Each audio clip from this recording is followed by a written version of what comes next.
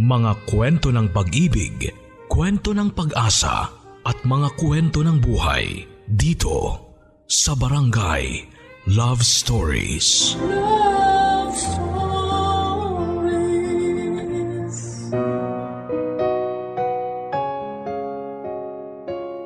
Ang kwento ay mula kay Emong, isang ulila sa magulang na nasa poder lamang ng kanyang lola.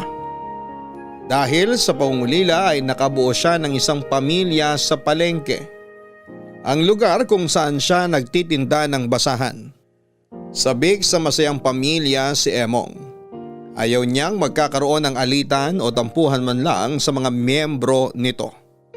Kaya lahat ay gagawin niya para maging maayos ang lahat. Maliban sa lola ni Emong ay makikilala natin ang dalawang tao na magiging sentro ng pangarap ni Emong.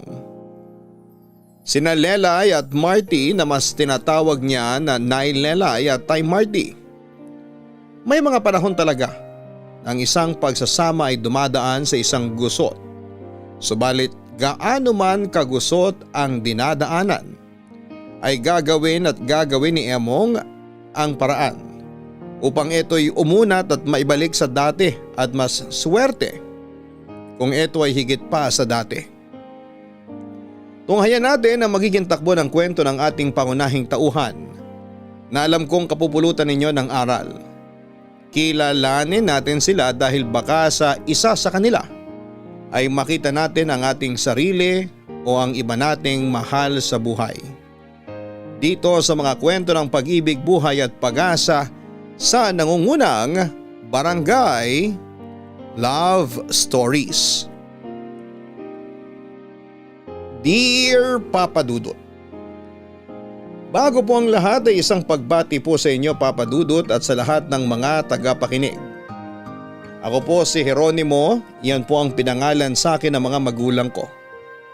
Pero tinatawag po nila akong Emong. Ulila na po ako mula pa noong 14 years old ako. Nauna po si tatay, makalipas ang 2 taon ay sumunod naman si nanay. Pareho pong sakit ang naging dahilan ng pagkawala nila. Kinupkop na po ako ni Lola matapos ang pagkawala ng mga magulang ko. Hirap din po si Lola sa pagpapaaral sa akin. Pero nakakuha po ako ng scholarship kaya ang pangbaon ko na lamang ang pinoproblema namin. Ako po ay dumidiskarte gaya ng pagtitinda ng kung ano-ano para lamang kumita.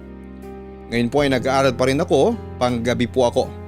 Kaya ang buong umaga ko po ay para sa pagtitinda kasabay ng pag-aaral ng mga leksyon. Papa Dudut, nagtitinda po ako ng basahan na tinatahi ni Lola at bukod po doon ay tumutulong ako sa pagbubuhat ng mga paninda ng ibang mga nagtitinda sa palengke kung saan ako nakapwesto. Ang siste po ay aabutan nila ako kahit magkano sa bawat pagbubuhat ng paninda nila na malaking tulong na pong pandagdag sa aking pag-aaral. Pinayagan po kami ng barangay na okupahin ang isang lugar sa bungad ng palengke. Nasa gilid naman po kami kaya hindi kami nakakaistorbo. Katabi ko po si Nay Lelay, yun po ang tawag ko sa kanya. Pero Leilani po ang tunay niyang pangalan. Nay Lelay ang tawag ko sa kanya kasi para ko na siyang nanay-nanayan. Bata pa naman po si Nay Lelay, 40 years old lamang po siya nung una kaming magkakilala. Nauna po siya sa pwesto, saka lang ako sumunod doong payagan na ako ng barangay. Mangga at bagoong po ang tinda ni Nay Lelay. Alam niyo po yung mangga na binabalatan na. Tapos ilalagay sa garapon na may tubig. Yun po ang tinda niya. Pero meron din naman siyang may balat pa na binebenta niya naman ng per kilo. Naging close po kami dahil nga po para ko na siyang nanay at kahit dalaga pa siya ay tinuring na din niya akong parang anak. Isang araw ay kinausap kami ng barangay dahil may pupwesto na raw sa tabi namin. Wala daw sa kabilang barangay pero nakiusap na magkapwesto sa palengke namin. Pinayagan po siya at ayun po doon na siya pumwesto sa tabi ni Nanay Lelay. Ang pangalan niya po ay Mang Marty. Martino naman po ang tunay niyang pangalan. 42 years old na siya noon. Lumi naman ang tinda niya, masarap po kasi Nung unang dating niya ay pinatikim niya kami, kaya alam kong masarap, Papa Dudut.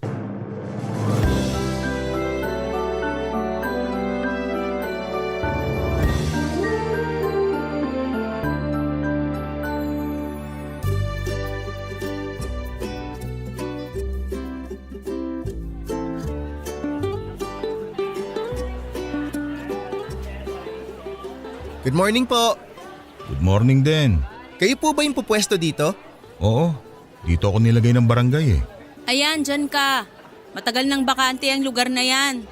Yung dating nakapwesto dyan, si Mang Gimo, nagtitinda ng mga fishball, squidball at kikiam. Nasaan na siya nakapwesto ngayon? Doon na, sa sementeryo. Mas malakas siguro ang benta dun, no? Hindi po. Patay na po siya. Ha? Nakikiramay ako.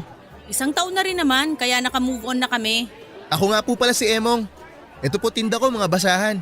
Pero kung may mga kailangan kayo ipabuhat, nagbubuhat din po ako. Pakibuhat mo nga ako. Masaya pala kayo kasama. Ay, totoo po yan. Oo nga po pala. Siya si Nay Lelay. Yan naman ang tinda niya. Masarap na mangga at bagoong. Magandang umaga. Ako naman si Martino. Pero Martin na lang ay tawag niyo sa akin. Martino, Marty, tinanggal mo lang yung NO. 2 letra na lang, tinanggal mo pa. Ay, pwesto na po kayo. Baka masita po kayo dyan kasi nasa daan kayo. Oo nga. Lomi daw ang tinda mo? Oo, specialty ko to. Turo ng tatay ko sa akin. Dito din kami binuhay ni tatay. Wow, nakakatuwa naman. Ipinasa niya sa inyo galing niya sa pagluto ng lomi. Hindi na po siya nagtitinda ngayon? Nasa na tatay mo ngayon? Kasama na ni Mang Gimo. Okay lang. 10 taon nang wala si tatay. Uy, ano ba? Baka sabihin ng tatay mo siya, pinagtatawanan natin. Naku, hindi. Alaskador din yun. Kung buhay siguro yun, mas malakas pa ang tawa nun sa atin. Wow, umuusok pa yan laman ng kaldero. Oo, may ka lang sa ilalim to kaldero ko. Kaya mananatiling mainit yan hanggang maubos. Ang bango. Mukhang masarap. Masarap talaga yan. Kaya ako binuksan kasi bibigyan ko kayo ng free taste. Uy, wag na. Wala ka pang benta, mamimigay ka na. Naku, ganun talaga. Pampaswerte nga yung ipatikim sa mga kasamang tinda eh. Nakakahiya naman. Naku, kung tayo magkikita araw-araw, dapat hindi na tayo nagkakahiyaan. O ito, tikman mo. Sige na nga. O ito naman sa'yo, Emong.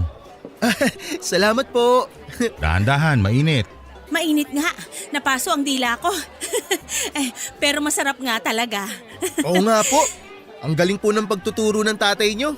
Matutuwa si tatay sa sinabi mong yan. At sigurado magyayabang na naman yun kasi pinuri niyo ang timpla niya. Ibig mong sabihin, original na lasa to? Di mo binago? Oo, yan na ang timpla niya. Kasi bata pa ako, nakikita ko yung mga suki ni tatay. Talagang binabalik-balikan tong lomi niya. Kaya nga malaki ang naging tulong ng lomi ni tatay sa buhay namin.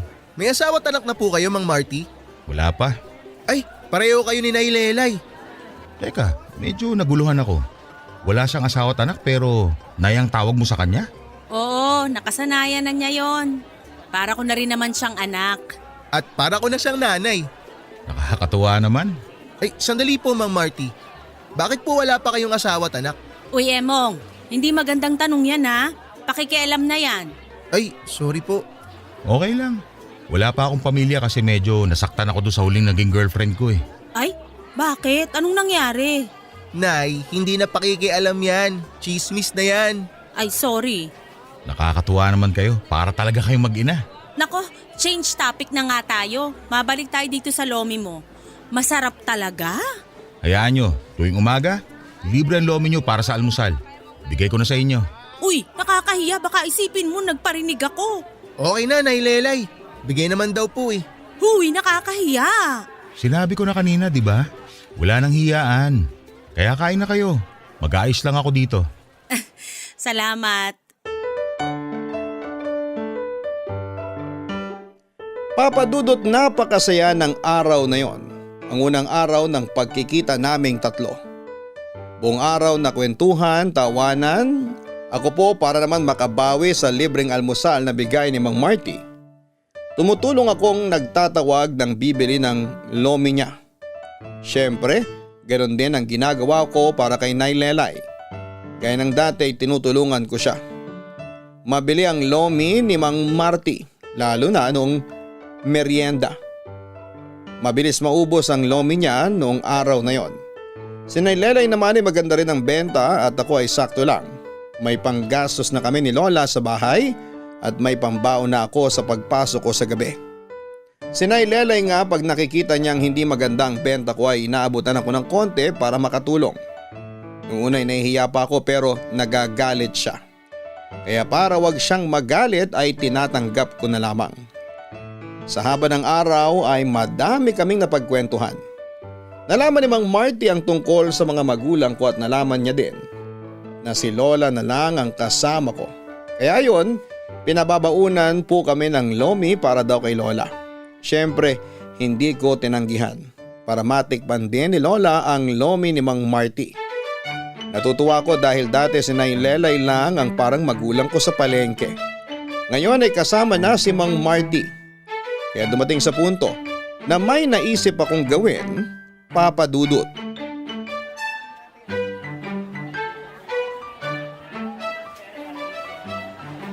Mang Marty, salamat po sa lomi na bigay nyo kay Lola. Yan din pala. Mula ngayon sa tuwing uuwi ka, lagi kong pababaunan ng lola mo. Naku, okay lang po ba? Parang nakakahiya na po eh. Yan na naman yung hiya-hiya na yan eh.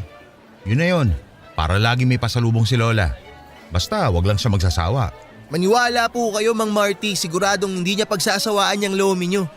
Ano ba yung pinag-uusapan nyo dyan? Kayo po. Ha? Ako? Bakit? Binibiro ka lang niya ni Emong. Ang lola niya pinag-uusapan namin. Ikaw, Emong, napakapilyo mo talaga. Joke lang, Nay. Masaya lang ako kasi may Nay Lelay ako at Uy, di mo na tinuloy. At ano? may Tay Marty ako. Kung okay lang po na yun ang itawag ko sa inyo. Yun lang pala eh, walang problema. Yun! Yun ka dyan. Magligpit ka na at baka malate ka sa klase mo. Nay Lelay, hindi ba sinabi ko kahapon na wala kaming pasok ngayon? Ay, oo nga pala. Pwede ko kayong ihatid. Huwag mo na akong ihatid kasi lalamig yung lomi na para sa lola mo. Ay, oo nga pala. Saan ka ba umuwi, Lelay? Diyan lang sa Pook 2. Ay, sabay na tayo. Taga po 4 ko. Talaga ba? Oo, kasi di ba yung po 4 sakop na ng kabilang barangay? Ano? Anong Wala po. Naalala ko lang po na mataas pala score ko ron sa isang subject ko. Ah, mabuti. Pagbutihin mo palalo. Opo. Marty, bakit nga pala hindi ka dun sa palengke ng barangay nyo nagtinda? Ayaw niyo na ba sa akin dito? Hindi yan ang ibig kong sabihin. Biro lang. Bale, Nay Lelay. Gusto nyo na dito na si Tay Marty? Oo naman. Ano ba yung binubulong-bulong mo dyan? Wala po akong binubulong. Naalala ko lang po uli yung score ko. Marty, yun nga, ayaw ba ng barangay nyo na magtinda ng lomi sa palengke nyo? Hindi, nandun na kasi yung kapatid ko. Ah, yung kapatid mo nagtitinda din ng lomi. Oo, Ah, parang may mga branch na pala kayo, no? Ilang branch na meron kayo? 2 lang. 2 lang naman kami magkapatid eh. Yung kapatid ko kasi, nananahi ng damit. Modista siya, kaya eto, isang branch lang tuloy ang manggat bagoong ko. Uy, ano ba't kilig na kilig ka sa score mo? Hindi naman po ako sa score ko kinikilig eh. Saan? Tinatanong pa po ba yun? Ikaw talaga, napakapilyo mo. Aray, Nay Lelay, huwag niyo kong kurutin. May kiliti ako dyan, huwag dyan. Nakakatuwa talaga kayo. Ay, hindi ka talaga titigil, ha? Aray, Nay! Pagpasensyahan mo na ito, ha? Hindi na naman nakainom ng gamot niya. Gamot?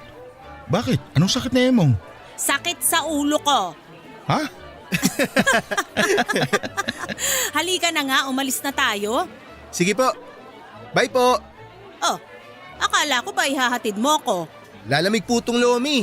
Si Tay Marty na lang po bahala sa inyo. Bye, Nay! Uy! O ano, Lelay? Tara na. Ha? Sige. Yee! Emong! Papa Dudut, tuwang-tuwa ako sa panunukso kina Nanay Lelay at Tay Marty. Ilang buwan na masaya kaming tatlo at lagi ko pa din silang tinutokso. Hinahabol ako lagi ni Nay Lelay ng kurot habang tawa naman ang tawa si Tay Marty. Lalo na kapag pikon na sa akin si Nay Lelay. Nagkakampihan daw kami sa pangaasar sa kanya. Pero alam naman namin na hindi siya galit, pero habang tumatagal ay parang may nagbabago. Parang nagiba si Nay Lelay. Hindi na siya masyadong masigla at wala naman daw siyang sakit. Tinatanong ko kung bakit parang matamlay siya, ayaw niya namang sabihin. Yung nakakatuwang inis ni Nay Lelay pag tinutokso ko siya kay Tay Marty ay napalitan na ng galit. Lagi siyang nagagalit. Tinutokso ko man o hindi ay hindi na siya palangiti. Pati si Tay Marty ay nagtataka. Pati lomi niya ay tinatanggihan na ni Nay Lelay. Gulong-gulo kami sa mga nangyayari kay Nay Lelay ng mga panahong yon. Papa Dudut.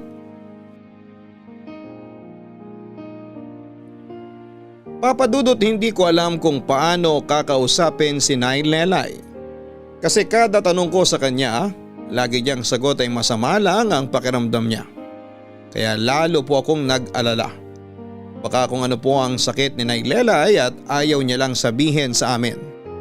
Naalala ko tuloy ang tunay kong nanay, may nararamdaman na pala siya pero hindi niya sinasabi at tinitiis niya lamang.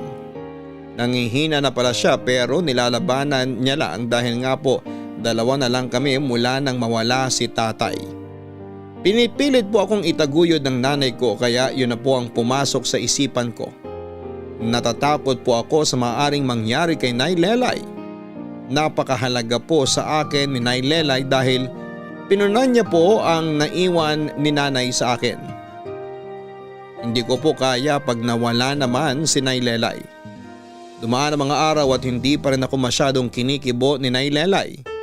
Hindi niya din po pinapansin si Tay Marty kaya wala ni isa sa amin ang nakakaalam kung ano ba talaga ang nangyayari sa kanya at kung ano ang nararamdaman niya. Hanggang sa isang araw ay nalaman namin ang katotohanan. Nay Lelay, kung pagod ka po ako na ang magtitinda. Magpahinga muna kayo. Ayos lang ako. Yang tinda mo ang asikasuhin mo. Wala pa naman pong bumibili.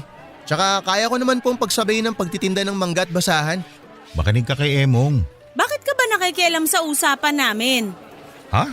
Nay, Tay Marty, nagbibiro lang po si Nay Lelay. Seryoso ako. May nagawa ba ako mali? Tinatanong mo ko? Hindi ba dapat mas alam mo kasi ikaw yung gumawa ng mali? Ha? Anong ginawa ko? Bakit hindi mo ihilamos sa mukha mo yung mainit na lomi mo para magising ka? Uy, Nay! Ano ba nangyayari? Bakit hindi mo sabihin? Anong sasabihin ko? Anong sasabihin mo? Eh di yung problema, nangangapa kami ni Emong eh. Nay Lelay, Tay Marty, kalma lang po tayo. Wag mo ngang tawaging tayan. Hindi siya huwaran, baka matuto ka pa ng panlalamang sa kapwa. Panlalamang? Panlalamang, maang-maangan, kunwari di alam. Anong panlalamang sinasabi mo? Hindi pa ba klaro? Mas klaro ba ang salitang panggugulang? Ano bang ginawa ko? Bakit hindi mo ako diretsuhin? Teka, sandali lang po. Mag-usap po tayo ng mahinahon. Paano ka hihinahon kung ginugulangan ka? Saan at kailan kita ginulangan? Kita mo na? Nagmamaang-maangang ka pa talaga hanggang ngayon? Ewan ko sa'yo. Ang hirap mong kausap. Kanina pa kita tinatanong kung ano kinagagalit mo. Ayaw mo namang sabihin. Talaga? Kung ayaw mong sa'yo manggaling, tumahimik ka na lang. Talaga? Sandali lang, Tay Marty, Nay Lelay. Pwede ba tigilan nyo na yan? Huwag po kayong ganyan. Ako, normal na tao at walang inaagrabyado. Yan ang pagsabihan mo. Wala na ako sasabihin. Mabuti pa nga. Talaga? Tay, huwag ka na kasing pumatol. Hindi ako pumapatol. Kaya nga tatahimik na lang ako eh. Pero paano po maayos to kung hindi kayo mag-uusap? Paano ka makikipag-usap dyan eh ayaw namang sabihin ko anong issue? Hoy, ano yung sinasabi mo kay Emong? Tinuturuan mo ng mga maling gawain mo, no? Bakit mo ako kinakausap? Hindi ikaw ang kausap ko, si Emong. Sinungaling.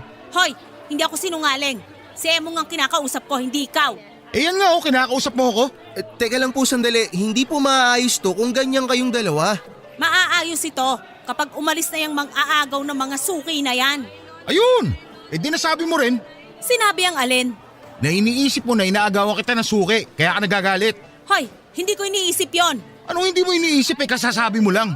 Hindi ko lang iniisip yon dahil kitang-kita naman maliwanag pa sa sikat ng araw. Yung mga suki ko, hindi na sa akin bumibili. Wala akong inaagaw na suki mo. Wala akong tinatawag para sa akin na lang sila bumili. Oh, edi sinabi mo rin. Ang ano na naman? Anong ang ano naman? Sa bibig mo nang galing na tinatawag mo ang mga suki ko para sa'yo bumili. Anong sa bibig ko nang galing? Sinabi ko lang ang sinabi mo. Nay Lelay, naguguluhan ka lang. Wala pong inaagaw na suki si Tay Marty. Ano to, Emong? Kinakampihan mo yan? Nay, wala po akong kinakampihan. Pareho po kayong importante sa akin. Gusto ko lang po na magkalinawan para maging maayos ang lahat. Para paliliwanag balot na balot ng kadiliman ng isip niyan. Ano? Wala nang ulitan. Nadinig kong sinabi mo. Sinong kampo ng demonyo? Wow! Wala naman ako sinasabing ganyan ah. Sinabi mo, balot na balot ang kadiliman ng isip ko. Eh di sinasabi mo na kampon ako ng demonyo? Bahala ka na nga. Basta sa'yo nang galing yan. Pero Nay, Tay. Hayaan mo mo na, na, nak. Bakit mo ako ginagaya? Di kita ginagaya. Bahala ka na nga. Talaga, bahala ako. Nay, Tay, ano ba naman kayo? Papadudot para akong nasa gitna ng nagumpugang bato. Pero sabi ko sa sarili ko ay hindi ko papayagan na magkasira ang dalawang tao na importante sa buhay ko. Siguro si Nailela ay masyado lang naapektuhan sa paghina ng benta niya. Pero ganon din naman si Tay Marty. Mahina din ang benta kesa dati. Siguro naisip ni Nailela ay na lumipat ang suki niya kay Tay Marty kasi ilang suki niya ang bumibili ng lomi pero hindi bumibili ng mangga. Papadudot hindi naman po kompetensya ang nangyayari. Kasi ibang iba naman ang lomi sa mangga at bagoong. Naintindihan ko si Tay Marty nang sumama ang loob niya dahil sa iniisip ni Nailela ay sa kanya. Mahirap po ang nangyari nung mga panahon na yon dahil nga po literal na nasa gitna nila ako. Ilang araw na ganon sila ng ganon nag-aaway pero biglang tatahimik pag may bumibili. Ang dasal ko nga noon ay hindi ang magkabati sila, kundi sana'y mas madami pa ang bumili para tahimik lang sila. Siguro naman pag madami na ulit ang bumibili ay magbabago na ang isip ni Nailelay na inaagaw ni Tay Marty ang mga suki niya. Sa away nila ay customer lang ang pagitan ng tigil putukan kasi pag walang bumibili ayon ay parang digmaang pangkalawakan. Nakiusap ako sa kanila na sana'y huwag na silang magtinginan para hindi sila mag-away. Walang sumagot pero nagulat ako kinabukasan. Hindi nga sila nagkatinginan. Good morning, Nay Lelay. Good morning, nak. Mukhang maganda gising niyo ah. Oo.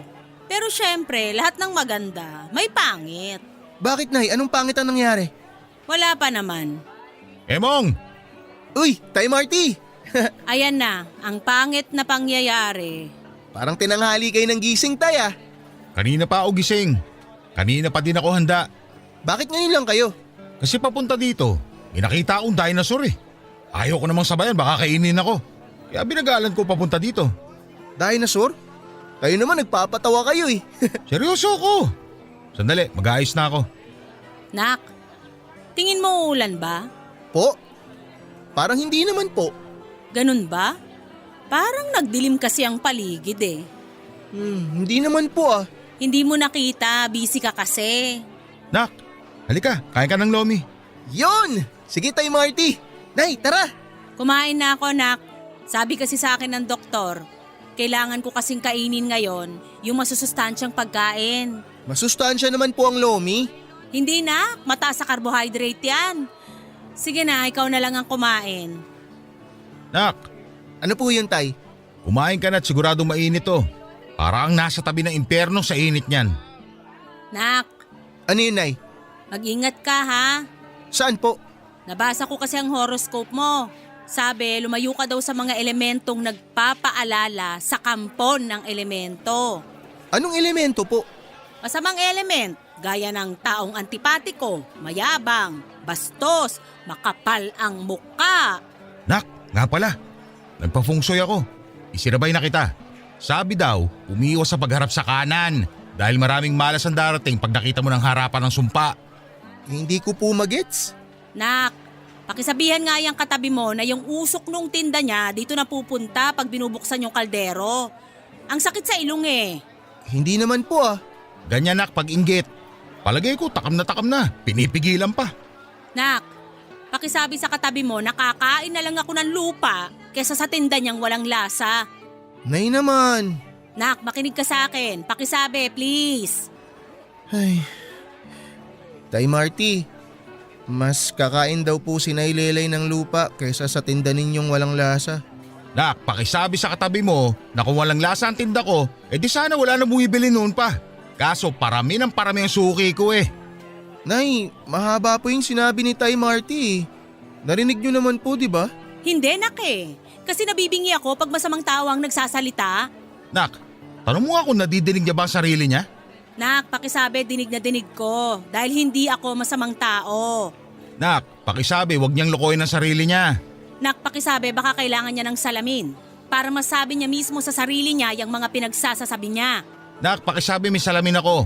Pag sinuot ko nga, ang lino ng imahe ng masasamang tao. Pero ayokong tumingin sa kanya kasi baka malasin ako. Nak, pakisabi kung siya mamalasin pa lang, ako minalas na mula nung sumulpot siya dito. Nak, pakisabi, imposible ngang malasin siya. Kasi siya nga mismo yung malas eh. Biruin mo, minalas na malas, ang tindi nun. Nak, pakisabi mo ka siyang tanga, nagsasalita siya mag-isa. Nak! Nak! Po. Bakit hindi mo sinasabi ang mga sinasabi ko? Nay, kumakain po ako eh. Tsaka rinig nyo naman po ang isa't isa. Kaya sigurado akong narinig lahat ni Tatay Marty yung mga sinabi nyo kanina. Baka hindi niya narinig yung mga sinabi ko. Baka madumi ang tenga. Nak, pakisabi na kung sa akin, tenga lang ang madumi, siya yung isip niya, nuknukan ng dumi. Talbog sa'yo. Anong sabi mo? Nay, Tay, may customer! Good morning, po.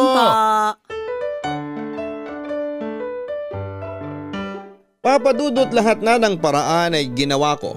Hindi ko na sila pinakialamanan pero ganun pa rin. Hindi sila nagpapaawat kahit na hindi nagtitinginan, nagpaparinigan naman.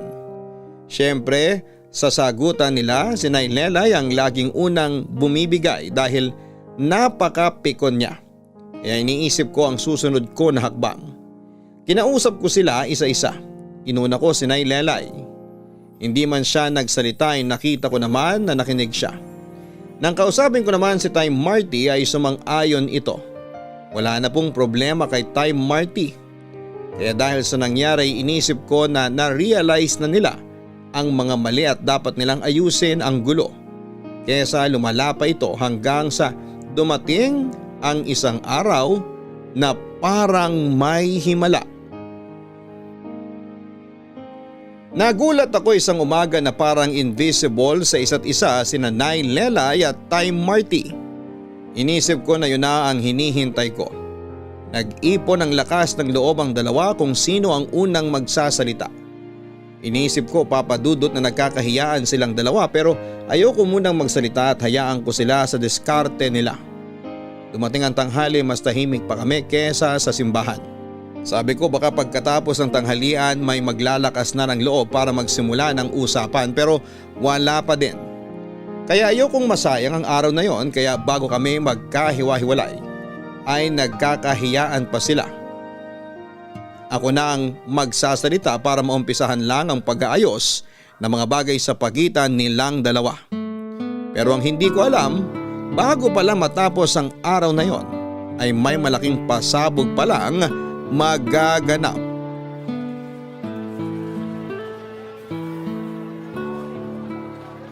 Kailangan mo ng tulong, Nay Lelay? Nako, kaya ko na to. Ikaw nga hindi ka pa nakaligpit dyan eh. Nay, basahan lang ang tinda ko. Isushoot ko lang lahat yun sa bag, tapos na ako. O siya, sige. Pakiligpit tong mga mangga. Ibalik mo na sa kaeng. May kukunin lang ako kay Meling. No problem, Nay. Sandali lang ako. Tay, kayo, kailangan nyo ng tulong? Naku, ilalagay ko lang naman lahat to sa loob ng kaldero. Madali lang to. Okay po, iligpit ko lang po to. Sige lang, pag natapos na ako dito, tutulungan kita. Salamat, Tay. Ay, huwag mo kalimutan tong lomi para sa lola mo. Madaming sabaw to para hindi matuyo pag ininit mo. Ay, nakapagtira pa po kayo? Uy, ano bang tira? Kanino ko pa to binukod? Nakakahiya naman, Tay Marty. Wow, tinawag pa akong Tay. Nahihiya naman pala sa akin. Nahihiya po ako kasi yung lalagyan nyo hindi nyo na po mauwi-uwi. Kasi tuwing dadaling ko sa umaga para isoli sa inyo, ipapabitbit nyo naman uli sa akin pa uwi sa hapon nang may laman na. Yun nga ang gamit nitong lalagyan na to kaya ako dinala. Tsak, matutuwa na naman si Lola niyan. Excited na nga po yun sa birthday niya eh. Kasi sinabi ko na pupunta kayong dalawa ni Nay Lelay. Nako, kung papupuntahin mo ako, pupunta ba yung nailelay mo? Tayo naman, nakita mo nga tahimik na eh. Hindi ka na po inaway mula kaninang umaga. Hindi nga ako inaway, hindi naman ako kinakausap. Para ako multo. Ganun lang po yun, nahihiya pa siguro. Sana nga. Tsak yun, Tay Marty. Oh, tapos na ako sa pagliligpit dito. Tulungan na kita dyan. Eto Tay, ilipat lang po natin tong mangga sa kariton pabalik sa kaing. Batang to. Siyempre alam ko na yan. Sa araw-araw ba naman na nakikita ko si Lelay na ginagawa ito? Tapos madalas tumutulong din ako. Ay, iba na nga pala ngayon. Oh, Tay Marty, umiimo na naman kayo dyan. Oo nga, napansin ko rin. Ay teka, mabalik tayo. Kailan ba birthday ng lola mo? Sa 1 buwan na po. Naku, malapit na pala. Ano kaya mairegalo sa kanya? Teka, ano bang gusto niya? Yung paborito niya po? Oo, Lomi po. loko ka talaga. Siyempre magluluto ako ng lomi pandagdag handa. Pero dapat yung regalo ko iba na. Nako, hindi naman po maselan si Lola. Kahit anong ibigay niyo ron, siguradong maiiyak yun. Maiiyak? Opo. Ako nga po may binigay lang na kung ano sa kanya nung minsan. Ayun, naiyak na. Talaga? Ay ano bang binigay mo sa kanya? Problema po. Sinasabi ko na nga ba eh. Oh Lelay, nandiyan ka na pala. Oo, at kitang-kita ko kung paano mo pinagtatawanan yung mga manggang tinda ko.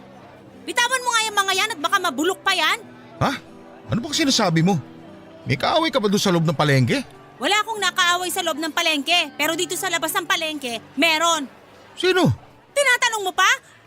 Uy, teka! Uy, Nay! Bakit niyo binato ng walis si Tay Marty? Mong isa ka pa. Pulutin mo yung wales, iabot mo sa akin. Ikaw ha? Napapansin ko na kinakampihan mo na naman yung salaulang yan. Nay, wala akong kinakampihan. Ano na naman ba nangyayari sa'yo? Pumasok ka lang sa palengke, paglabas mo may sapi ka na naman. Sapi pala ha? Oo, may sapi ako at papaslangin kita. Teka, Nay! Awat Walang yaka na! talaga? Sandali! Aray! Teka, Nay! Awat na! Masakit yung walis mo! Walis tambo lang, nasasaktan ka na? Ang arte mo? Bagay talaga sa'yo yung pangalan mong Marty. Masyado kang maarte. Aray! Nailelay naman ayaw magpaawat eh. Pasalamat ka, walis lang ang binili ko at hindi daspan. Inaano ba kita? Emong, isunod mo sa bahay ang kariton. Huwag mong pahawakan dyan sa Diablo ha. Nay! Hayaan niyo, Tay Marty. Kakausapin ko po siya.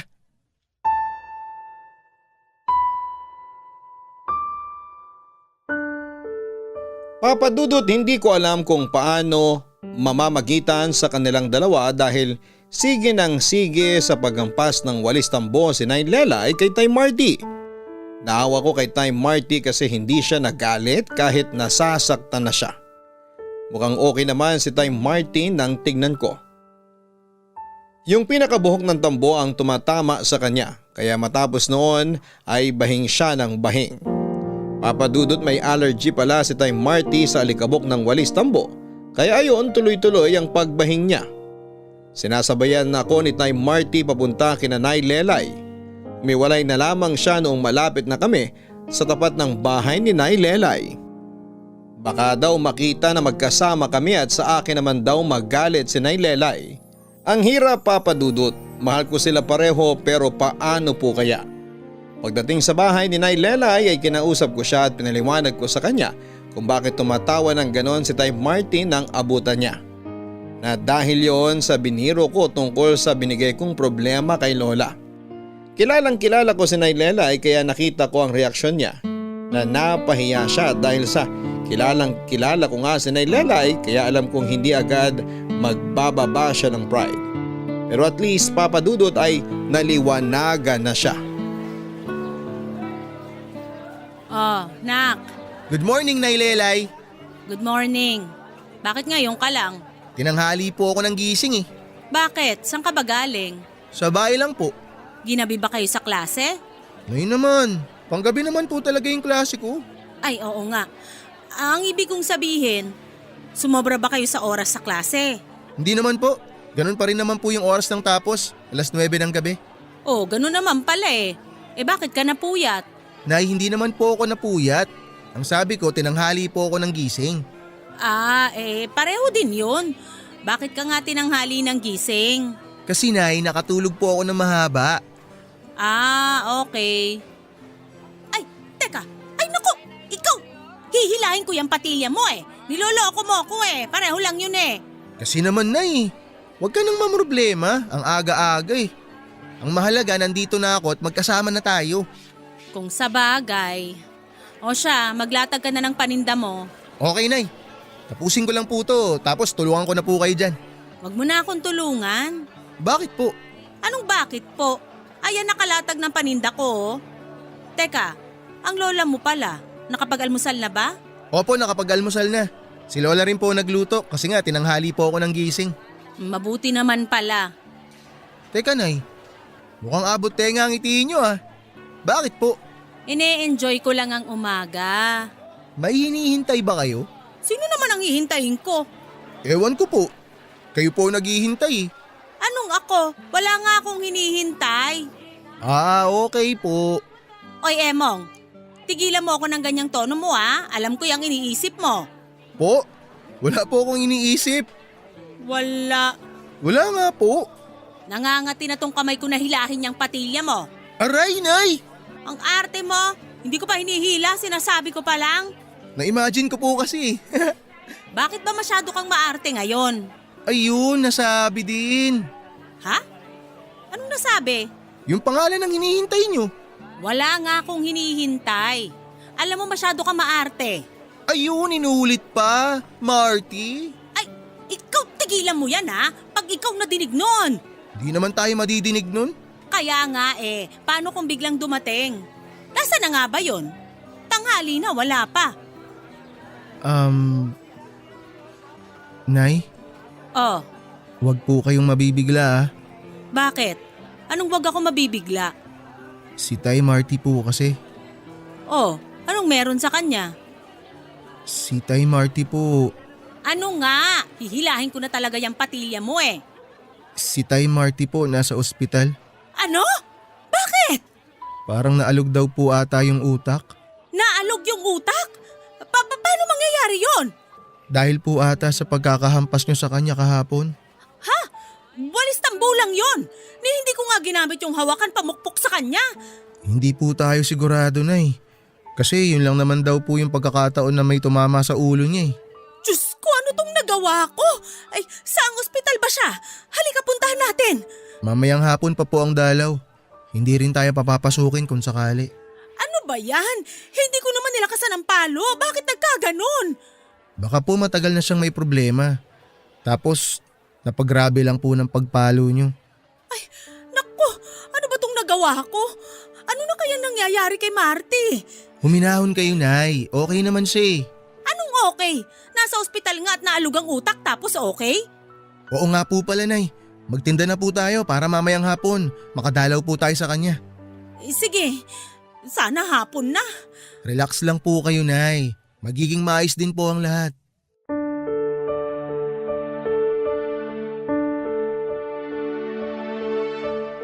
Ang totoo, Papa Dudut, kaya ako na late nang punta sa palengke ay dumaan si Tay Marty sa bahay. Hindi po totoong malubha ang sakit niya at nasa ospital siya. Biro ko lang po kay Nay Lela yon. Pero nang makita ko na alalang-alala siya ay natuwa po ako kaya tinuloy ko na yung biro. Nagpunta sa bahay si Tay Marty para nga magpaalam na hindi siya pupunta sa palengke dahil may aasikasuhin siya. At kaya po may almusal si Lola ay dahil din po sa dinalhan ni Tay Marty. Kahit para lang kay Lola ay nagluto talaga si Tay Marty. Kaya yon si Lola tuwang-tuwa hindi lang dahil sa lomi kundi sa pagbisita sa akin ni Tay Marty.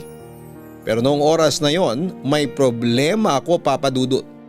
Naisip ko na paano ko kaya babawiin kay Nay Lela yung mga sinabi ko. Gumawa pa ako ng sariling multo para akong naglagay ng patibong na ako din ang nahulog. Matapos nga po ang buong araw ng pagsakay ko sa biro ko kay Nay Lelay dahil nakita ko na sobrang concerned kasi niya kay Tay Marty. Noong pumatak ang 3:00 ng hapon ay doon ako nagsimulang mag-alala kung paano ko babawiin ang sinabi ko. Kailangan kong gumawa ng paraan, Papa Dudut, kaya nagpaalam ako sandali kay Nay Lelay na kitang-kita naman na parang tinutulak ang oras. Para mag-alas 5 na para makapunta na sa ospital. Pumayag siya na umalis muna ako sandali pero hindi naman po ako lumayo. Nandun lang po ako sa may likod ng bakod at nag-iisip kung paano isasalba ang sarili ko sa ginawa ko. Hanggang sa makaisip ako ng paraan. Bago ako bumalik sa pwesto namin ay huminga na muna ako ng malalim. Saka nagtakbo para sabihin ang isang balita na gawa-gawa ko lang din. Sinabi ko na nakasalubong ko ang kapatid ni Tay Marty at sinabing inilipat ng ospital si Tay Marty at bukas na kami babalitaan kung saan at kung kailan pwedeng dumalaw. Nalungkot si Nay Lelay sa balita kaya lalo akong na-guilty. Hindi ko po talaga alam ang gagawin ko kaya umuwi kami ng parehong nag-aalala. Si Nay Lelay ay nag-aalala kay Tay Marty at ako naman ay nag-aalala sa kung ano ang gagawin ni Nay Lelay pag nalaman niya ang totoo. Dumating nga ang kinabukasan, kabado ako habang papunta sa palengke.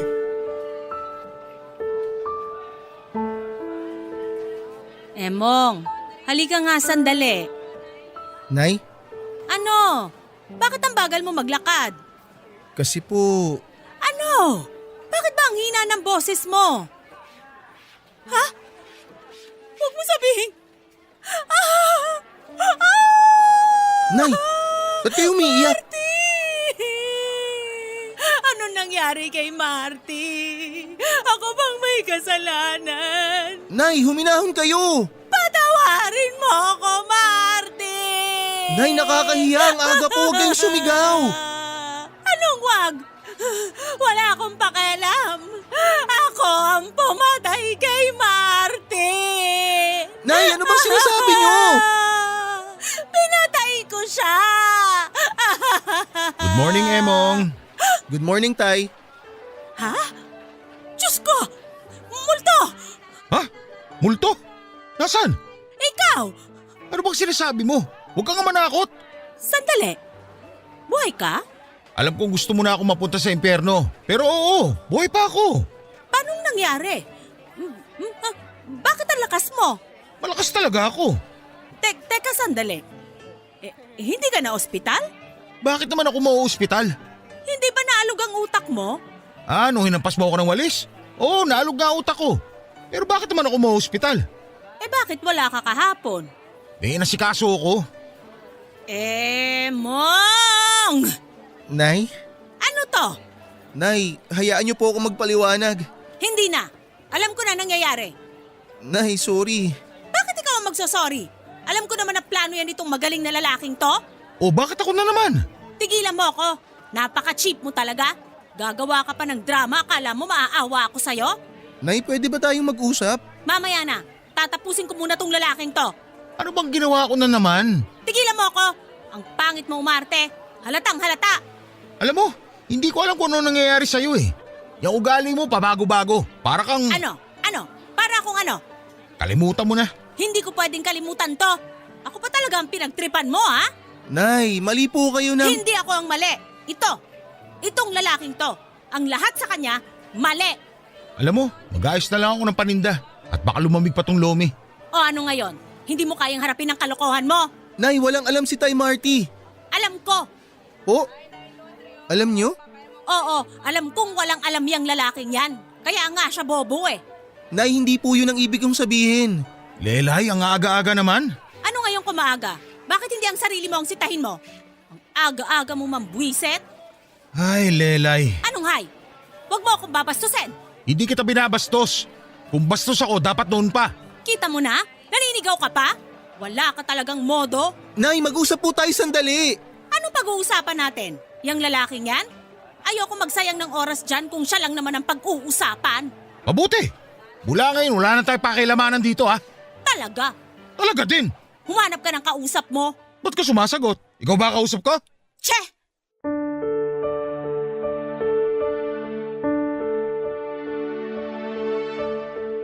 Papa Dudut ayaw magpaawat ni Nay Lelay at Tay Marty. Ang dating tahimik lang na si Tay Marty ay pumapatol na din sa mga sinasabi sa kanya. Imbes na maayos ko ay mas pinalala ko pa ang away nila ni Nay Lelay at Tay Marty.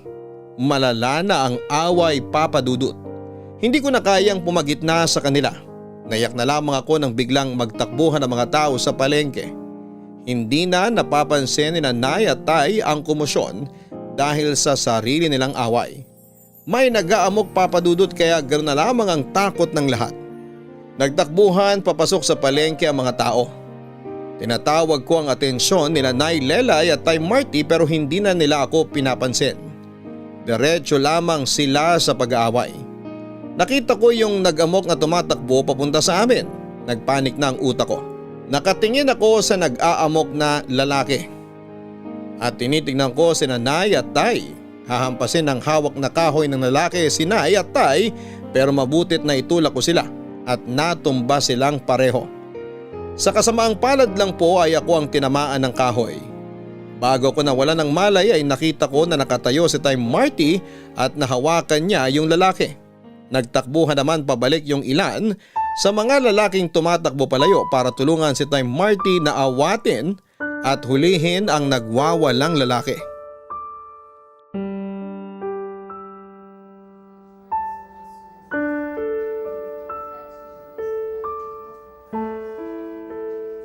Diyos ko, tulungan mo po si Emong. Iligtas mo po siya. Minahon ka. Paano ako hihinahon kung nasa masamang kalagayan si Emong? Magsisisihan ba talaga tayo sa oras na to? Emong, anak. Mabuti pa, magdasal tayo. Nagdasal na ako. Hindi mo ba nadinig? Ganun ba? Pasensya na. E di ako na lang magdadasal. Sana kanina mo pa ginawa. Pati ba dasal gagawin nating issue? Magdasal ka na nga lang. Diyos ko, iligtas mo po si Emong. Patawarin mo ako sa mga kasalanan ko. Pipilitin ko pong maging mabuti. Basta wag niyo lang pong hayaan na may mangyari kay Emong. Sorry. Ha? Ano ba? Ang lakas ng pagkakasabi ko, hindi mo pa nadinig? May iniisip ako, hindi ko masyadong narinig. Ano ba yung sinabi mo? Sabi ko, sorry. Sorry saan? Ito naman?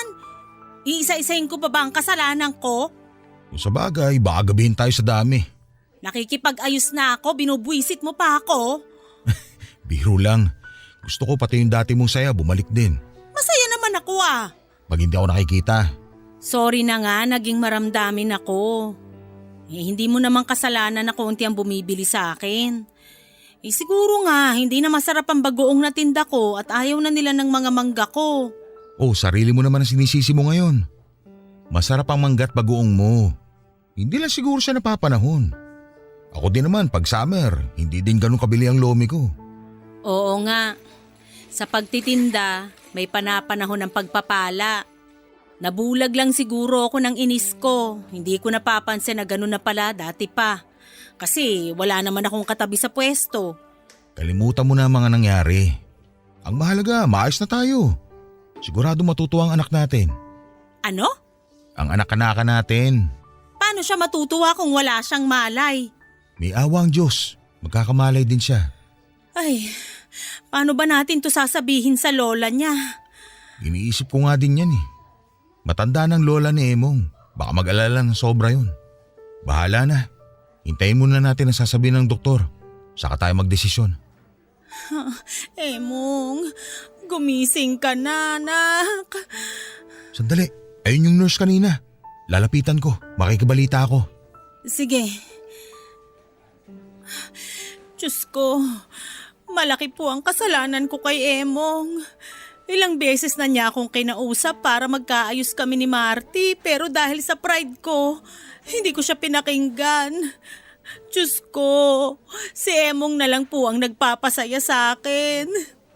Itinuring niya akong parang tunay na ina at siya naman bilang tunay kong anak. Bigyan mo pa po kami ng mahabang panahon na pagsasama. Sana po habaan niyo pa ang pagpapahiram sa buhay ni Emong.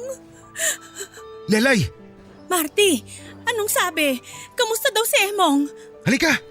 Pwede na daw pumasok sa loob. Nagkamalay na si Emong. Salamat po! Salamat po, Diyos ko! Tara na!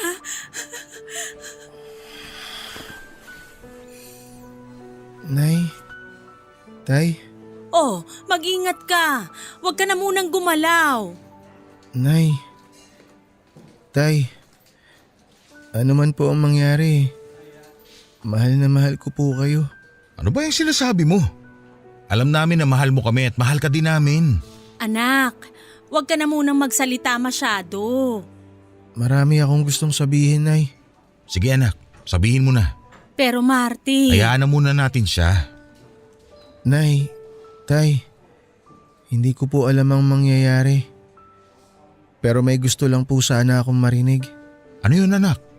Gusto ko lang po sanang marinig na magkabati na kayong dalawa. At pagkatapos, sana hindi na kayo mag-away kahit kailan. Anak, nagkausap na kami kanina. Inamin ko na lahat ng pagkakamali ko. Napatawad na ako ng Tay Marty mo. Totoo po ba? Oo, nak. Kaya gusto ko nang makita kang maayos. Salamat po sa Diyos at maayos na kayo. Kung saan man ako pupunta, lagi niyo pong tatandaan na mahal ko kayo. Anak, ano ba yung sinasabi mo? Hindi ka mawawala. Nay, kailangan ko na pong umalis. Anak, tumigil ka nga. Nay, kailangan po eh. Hindi ka aalis. Nay, kailangan ko na pong ilipat ng ward. Hindi, anak. Ano? Ililipat lang po ako ng ward, Nay. Tumatawa ka, Marty? Pinlano nyo na naman na pagkaisahan ako? Hindi oh. Natawa lang ako. Nagulat nga din ako sa sinasabi ni Emong. Sabi sa akin ng nurse, okay na daw siya. Walang problema sa mga naging test sa kanya. Kaya nga, alam mo na pero hinayaan mo lang. Di ka kuntsaba ka. Aray! Aray! Ay, naku, anak, sorry na. Hindi na kami mag-aaway. Paalam, Nay. Ano? Paalam na sa away. Dapat, lagi lang happy. Ang kulit mo, anak. Papa Dudut, bagamat masakit ang nangyari sa akin ay napakasaya ko naman. Ayaw kong sabihin na nakatulong ang trahedya sa akin para mapagbati ko si Nanay Lelay at Tay Marty. Pero parang gano'n na nga. Sa ngayon po ay maayos na ang kalagayan ko. Siya nga po pala, Papa Dudut, ay isa na kaming pamilya. Literal po na pamilya. Hindi man po legal pero sa puso namin ay isang pamilya lamang kami. Tuluyan na pong nahulog ang loob nila Nay Lelay at Tay Marty sa isa't isa. Doon na sila nakatira sa bahay ni Nay Lelay. Nagpakasal na po sila sa huwes at inampon na po nila ako. Sabi ko nga po ay hindi pa legal pero ayos din naman sa akin. Ang importante ay ang pagtingin namin sa isa't isa. Hindi na kami nangungupahan ni Lola dahil nga po doon na kami pare-pareho nakatira kay Nay Lelay. Tulad ko ay masayang masaya po si Lola sa mga nangyari. Para niya na rin pong anak si Nay Lelay at Tay. Nagtitinda pa din po sila Nay at Tay pero pinatigil na nila ako sa pagtitinda. Gusto nila na mag-aral na lamang muna ako. Kaya ayun po, hindi na sa gabi ang klase ko kundi umaga na ako nag-aaral at kapag uwian ay saka ako pumupunta sa pwesto namin para tumulong. Siyempre ang basahang tahi ni Lola ay binebenta pa din namin. Yun po kasi ang gusto ni Lola ang ituloy ang paggawa niya ng basahan kaya pinayagan na rin nila Nay at Tay para naman may pinaglilibangan si Lola. Kaya Papa Dudut, diretso kong sasabihin na ang lomi, mangga at bagoong ay mga perfect combination. Salamat po Papa Dudut sa pagbibigay oras sa pagbasa ng aking kwento. Ang inyong forever kapuso at kabarangay, Emong. Sa kwento ay nalaman natin na nagpakakupido si Emong. Hindi dahil para sa sarili niya kundi para sa dalawang taong tinuring niyang mga magulang. Dahil nakikita niya na magiging maayos ang dalawa na siya namang magpapaligaya sa kanya.